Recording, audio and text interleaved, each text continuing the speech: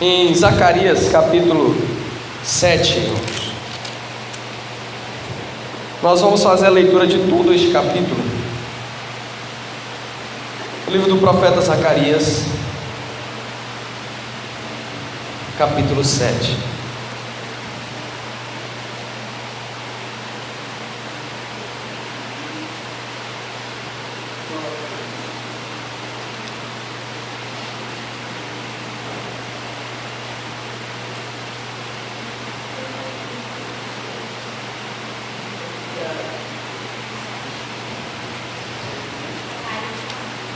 Zacarias capítulo 7. Nós vamos ler todo o capítulo.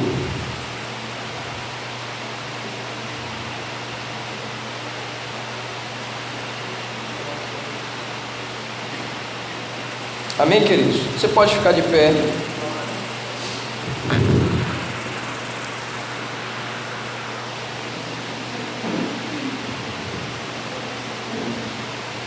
Faremos a leitura do texto que diz assim: no 4º ano do reinado do rei Dário, a palavra do Senhor veio a Zacarias, no 4º dia do 9º mês, o mês de Quisleu. Foi quando o povo de Betel enviou Sarezer e Reguem-Meleque com seus homens para suplicarem ao Senhor, perguntando aos sacerdotes do templo do Senhor dos exércitos e aos profetas: devemos lamentar e jejuar no 5º mês, como já estamos fazendo há tantos anos? Então o Senhor dos exércitos me falou: pergunte a todo o povo e aos sacerdotes, quando vocês jejuaram no 5º e no 7º mês, durante os últimos 70 anos, foi de fato para mim que jejuaram? E quando comiam e bebiam, não era para vocês mesmo que faziam? Não são essas as palavras do Senhor proclamadas pelos antigos profetas, quando Jerusalém e as cidades ao seu redor estavam em paz e prosperavam, e o Neguebe e a Selafá eram habitados? E a palavra do Senhor veio novamente a Zacarias: assim diz o Senhor dos exércitos: administrem a verdadeira justiça, mostrem misericórdia e compaixão uns para com os outros, não oprimam a viúva e o órfão, nem o estrangeiro e o necessitado, nem tramem maldades uns contra os outros.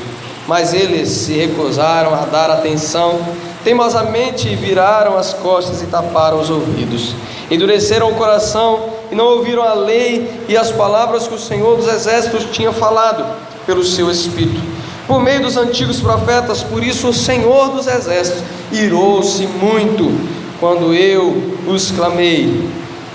Não me deram ouvidos. Por isso, quando eles me chamarem, também não os ouvirei, diz o Senhor dos exércitos.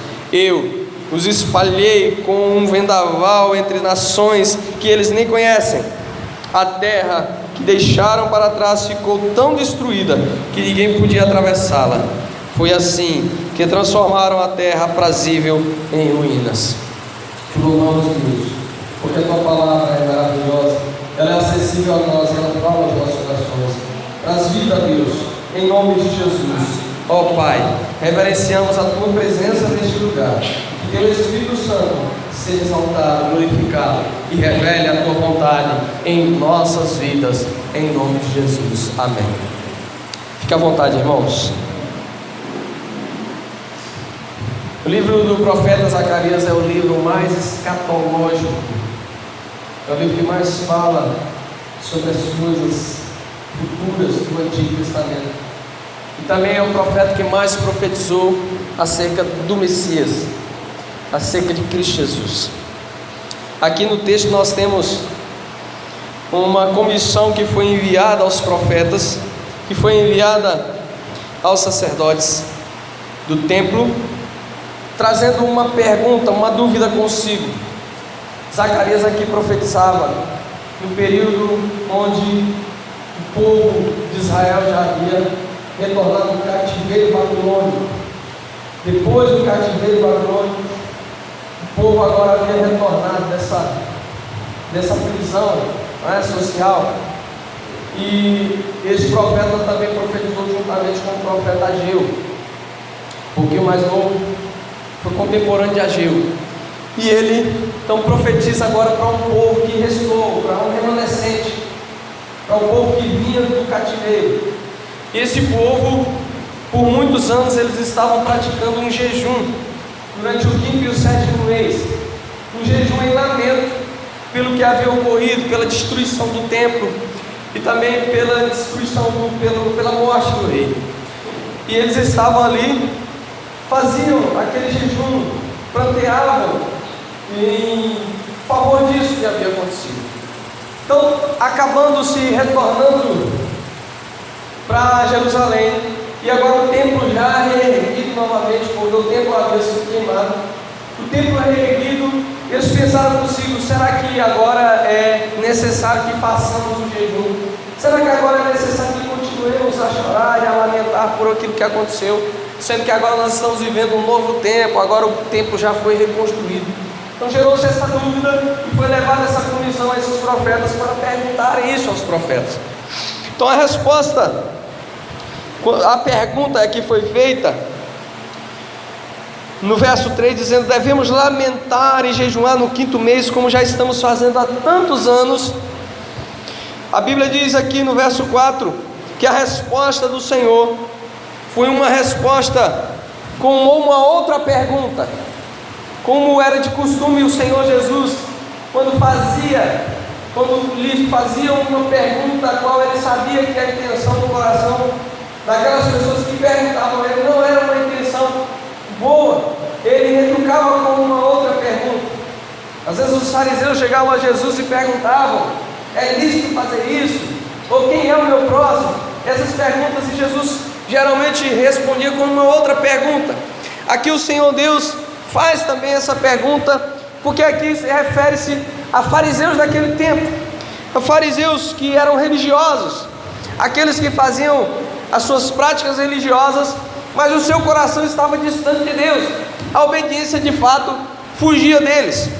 E aqui o Senhor responde então dizendo: pergunte a todo o povo e aos sacerdotes, quando vocês jejuaram no 5º e no 7º mês, durante os últimos 70 anos, foi de fato para mim que jejuaram?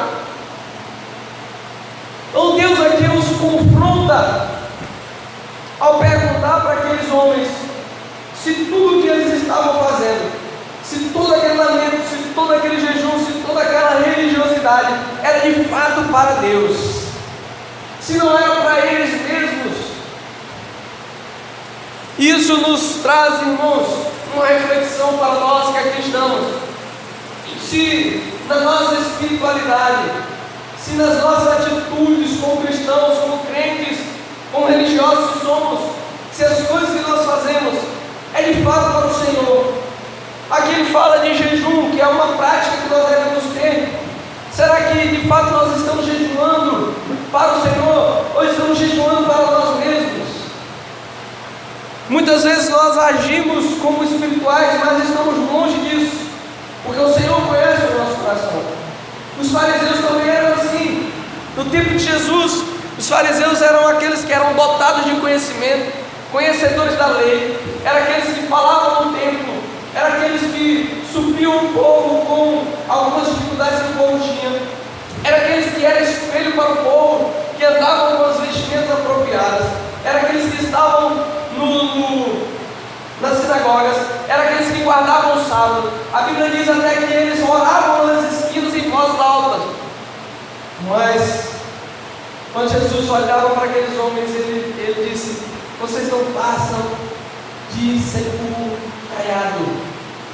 Por fora vocês são belos, por fora vocês aparentam ter uma intimidade com Deus, por fora vocês aparentam ser obedientes. Vocês dão um dízimo de tudo, dão um dízimo do coinho, do coentro, das coisas mínimas, mas lhes falta o principal, o mais importante: lhes falta amor.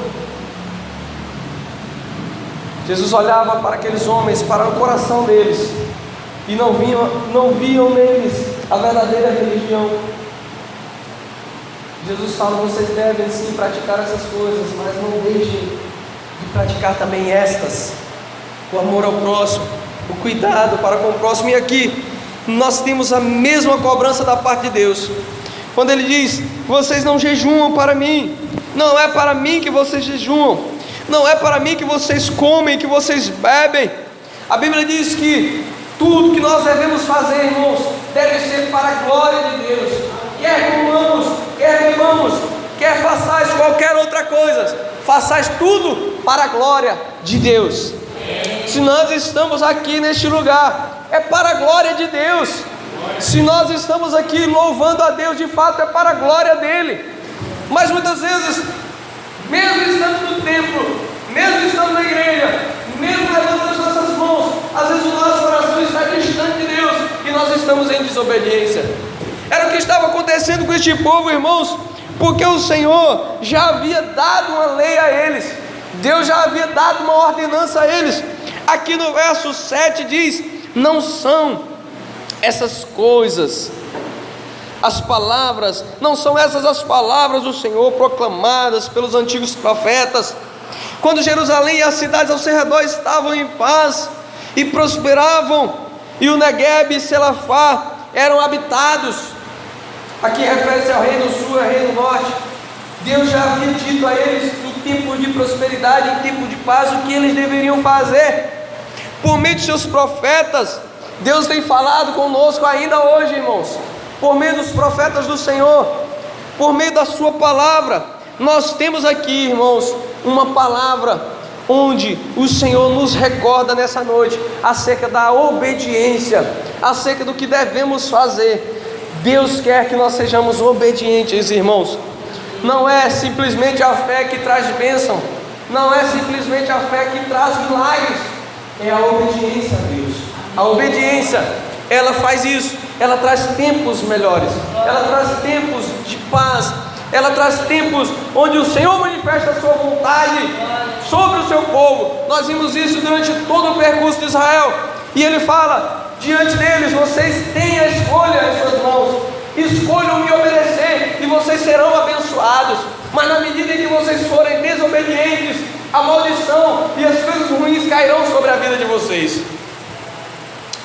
A palavra do Senhor veio novamente a Zacarias, um homem de Deus, e com toda a autoridade, ele fala em nome do Senhor, quando ele diz: assim diz o Senhor dos exércitos. E aí ele vem dizendo aquilo que Deus quer de nós, aquilo que de fato queria daquele povo, aquilo que de fato Deus exigia que o povo fizesse, aquilo que Deus já tinha estabelecido. Ele diz: assim diz o Senhor, administrem a verdadeira justiça, mostrem misericórdia e compaixão uns para com os outros. Não adianta jejuarmos, orarmos, se nós não estivermos em comunhão com o próximo, se nós não estivermos mostrando compaixão, se nós não somos misericordiosos, se nós não somos pessoas que amam, se nós não somos pessoas que vivem na prática aquilo que Deus requer de nós. Lá em Tiago, o apóstolo Tiago, no capítulo 1, verso 27, ele diz que a verdadeira religião, a religião que nisso o Pai se alegra, como pura e imaculada, é esta: cuidar dos órfãos e das viúvas em suas dificuldades e não se deixar corromper pelo mundo. Quantas vezes nós temos falhado, irmãos, em praticar a verdadeira justiça? Quantas vezes nós temos falhado em sermos pessoas compassivas, cheias de compaixão, de misericórdia e de amor? A igreja do Senhor tem se afastado disso, e isso é sinal de que nós temos nos afastado de Deus, porque Deus é amor, Jesus é amor. Este amor deve ser algo vivo dentro da igreja do Senhor Jesus. Este amor deve ser algo que deve estar sempre aceso, a chama deve estar acesa em nossos corações. Lá em Apocalipse, a carta à igreja de Éfeso foi justamente essa recomendação para aquela igreja. Aquela igreja que vivia os dogmas de maneira correta, era uma igreja que vivia todas as suas doutrinas de maneira correta, não aceitava as doutrinas erradas, não aceitava os hereges. Era uma igreja firme, uma igreja constante, mas lhe faltava amor. Era uma igreja a qual o Espírito Santo cobrou o amor daquela igreja, e o Espírito Santo disse àquela igreja: voltem volte onde caiu, veja, volte às primeiras obras, volte ao primeiro amor. Amem uns aos outros, amem, vivam em comunhão, tenham compaixão, mostrem misericórdia, mostrem amor uns pelos outros. E aí ele vem dizendo: não oprimam a viúva e o órfão, nem o estrangeiro e o necessitado. Essas aqui são a classe dos menos afortunados, dos menos favorecidos, daqueles que são carentes, que estão à nossa volta, daqueles que são mais fracos, que estão sob os nossos cuidados, sob os cuidados dos filhos de Deus, daqueles que têm maiores condições. O que estava acontecendo ali, irmãos, é que aquele povo estava jejuando, estava chorando, estava pranteando por algo que aconteceu no passado, pelo templo que foi destruído, e estavam esquecendo de quem estava do seu lado, da viúva que estava padecendo, do órfão que estava com fome, de fazer as coisas mais práticas que a igreja deve fazer, que o povo de Deus deve fazer. E muitas vezes nós, como igreja, estamos assim, voltados para nós mesmos, olhando para nós mesmos, para as nossas necessidades, e estamos esquecendo de quem está à nossa volta, de quem está precisando de amor, de quem está precisando de nossos cuidados. Nós muitas vezes viemos à igreja, cobramos do nosso pastor uma boa palavra, cobramos do nosso líder que ele trabalha na igreja, mas muitas vezes nós só queremos receber, nós não fazemos a nossa parte, nós não temos agido como igreja, nós não somos uma igreja acolhedora, uma igreja onde as pessoas chegam e permanecem porque aqui elas encontram o amor. É claro que eu não estou dizendo que esta é uma igreja assim, eu não estou dizendo que os irmãos aqui são assim, mas eu quero dizer aquilo que o Senhor tem falado aos nossos corações, irmãos. Aquilo que o Senhor tem falado à nossa igreja, a igreja de modo geral, que nós devemos ser pessoas que amam uns aos outros. E o texto vai continuar dizendo que o amor está relacionado também com muitas outras coisas, porque ele diz que nós não devemos tramar maldades uns contra os outros. Como nós temos falhado nisso, irmãos? Como nós temos visto até mesmo lideranças, irmão Socorro, até mesmo pastores, aqueles que estão na frente, tramando mal um contra o outro. Líderes da igreja estão tramando um contra o outro para ver a queda do outro. Nós, como igreja, muitas vezes estamos tramando uns contra os outros, quando falamos mal do nosso irmão, quando jogamos uma pedra nele, quando o julgamos de maneira injusta. Tudo isso está relacionado a tramar o mal, tudo isso está relacionado a fazer maldade um contra o outro. Isso aqui, irmãos, é uma palavra que fala acerca de ressentimento, acerca de ódio. A igreja deveria estar livre dessas coisas, mas infelizmente nós vimos muito isso ainda. Nós ainda vimos muitos irmãos que carregam ressentimento, que carregam ódio. Isso deve ser lançado e deve ser caído por terra em nome de Jesus. Porque em Mateus capítulo 5, versículo 22, nos alerta que até mesmo a nossa oferta não deve ser entregue se nós estivermos alguma queixa contra o próximo. Que nós devemos voltar, quando nós estamos entregando a nossa oferta, nós devemos voltar antes disso e fazer as pazes, e pedir perdão, e reconciliar, e abrir o coração, e deixar este amor, o perdão de Cristo Jesus, fazer a obra. Mas muitas vezes nós não temos visto isso. Às vezes o que nós temos visto no meio da igreja são irmãos que falam mal um do outro, irmãos que cochicham acerca da vida do outro, para massacrar, para destruir, não para ajudar. Nós estamos errados, irmãos, quando nós agimos assim. E o Senhor, mais uma vez, assim como falou com aquele povo, Ele fala com nós hoje, Ele fala conosco nessa noite. Lá em Malaquias 2, capítulo 1 diz: ai daqueles que planejam o mal, ai daqueles que planejam o mal. Deus, Ele abomina quando nós semeamos discórdia no meio dos irmãos, quando nós semeamos discórdia no meio da igreja. Deus abomina isso porque Ele quer que o seu povo viva unido. Deus, Ele quer que o seu povo viva em unidade. Deus, Ele quer que o seu povo viva junto, viva em amor, demonstrando amor. E amor, irmãos, o que é o amor? Amor não é apenas falar eu te amo, meu irmão, na hora do hino. Não é apenas na hora que o pastor diz: fala para o seu irmão que está ao teu lado, que você o ama. É muito fácil esse amor. Mas amor 1 Coríntios 13 vai dizer que o amor tudo suporta. Olha que palavra forte, irmãos. O amor tudo suporta, o amor tudo espera. E muitas vezes nós não queremos ser assim, nós dizemos que queremos amar, mas esse amor que nós carregamos não consegue suportar nada, não consegue esperar nada. O amor que nós sentimos é só quando está tudo bem, quando as pessoas fazem aquilo que nos agrada, quando as pessoas fazem aquilo que é do nosso jeito, aí nós amamos, nós estamos de boa, né? Como diz aí. Mas a Bíblia aqui diz que o amor, irmãos, tudo sofre. O amor é paciente, o amor é benigno, é longânimo, o amor traz esperança. E ainda que eu fale como a língua dos anjos, ainda que eu coloque o meu corpo para ser queimado, se eu não tiver amor, de nada vale. Se nós estivermos aqui, irmãos, jejuando, orando, se nós não amarmos, de nada vale.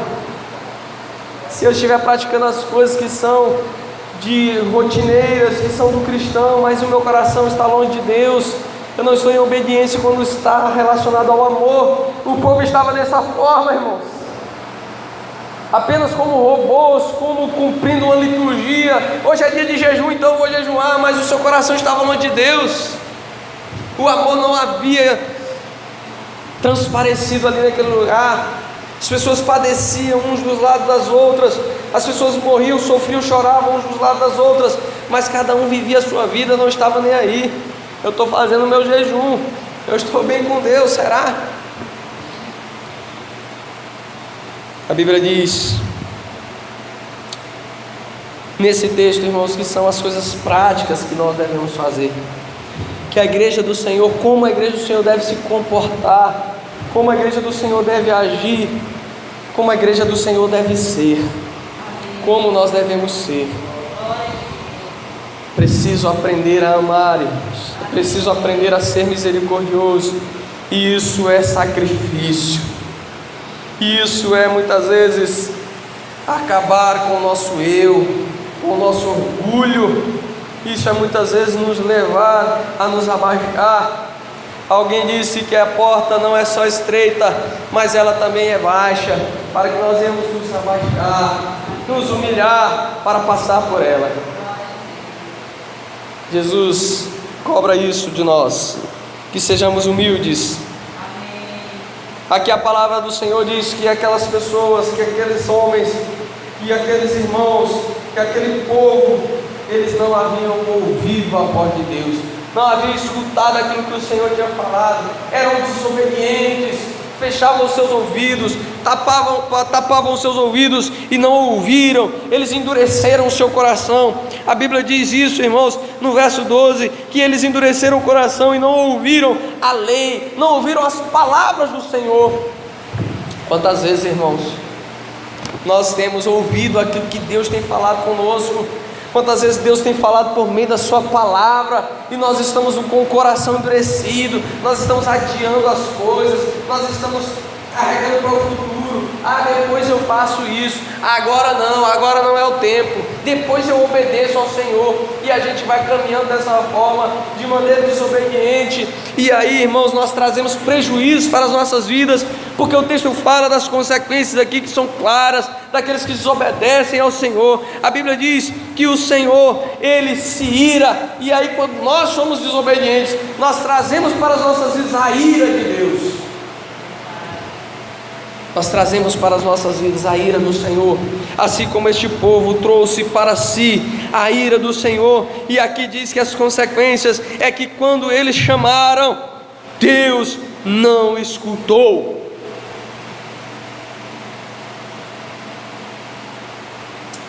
Lá em Romanos 1 diz que as pessoas se entregaram às paixões, às suas paixões carnais, e Deus as entregou a essas paixões. Como consequência de sua desobediência, Deus deixou que eles pecassem mesmo, que eles mesmos se afundassem em pecado. Isso é a pior coisa que pode acontecer a um homem, porque a palavra diz que o pecado traz a morte. Da mesma forma aqui nós vimos, irmãos, que quão terrível é quando clamamos e Deus não nos ouve. Quão terrível é quando abrimos os nossos lábios para chamar a Deus e Deus não nos dá ouvido. Quando Deus espalha-nos assim como o vento espalha as folhas secas, quando Deus vem sobre nós com seu juízo imponente, nós devemos ter cuidado quando somos desobedientes, e nós devemos ter cuidado para não sermos desobedientes. Que o Senhor se compadeça de nós, que o Senhor tenha misericórdia de nós e nos faça ser cristãos de fato, nos faça ser homens e mulheres de Deus, que não só jejuam, oram, praticam a sua palavra em amor. Possamos viver assim, Deus. O Senhor nos chama para a responsabilidade nesta noite. O Senhor nos chama, o Senhor nos exércitos nos chama para vivermos a verdadeira justiça. Não a justiça humana, mas a justiça que vem do alto, a justiça divina. Que possamos ser homens e mulheres santos, que vivem separados para o Senhor, como um povo eleito, como uma nação santa, como um sacerdócio real, um povo adquirido, um povo separado, um povo que vive a verdade, aquele da qual Cristo Jesus resgatou das trevas para a sua doce e maravilhosa luz. Louvado seja o nome do Senhor. Você pode curvar a tua cabeça e orar a Deus. Você pode começar a tua oração pedindo perdão. Me perdoa, Senhor Deus, quando deixei de praticar a verdadeira justiça.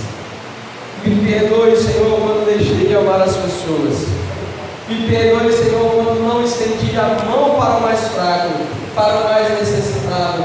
Me perdoe, Senhor, quando falei mal do meu irmão. Me perdoe quando tentei prejudicar o meu irmão. Me perdoe toda palavra, Deus, toda palavra que saiu da minha boca para amaldiçoar o meu irmão, para desejar o mal ao meu próximo. Me perdoe, Senhor.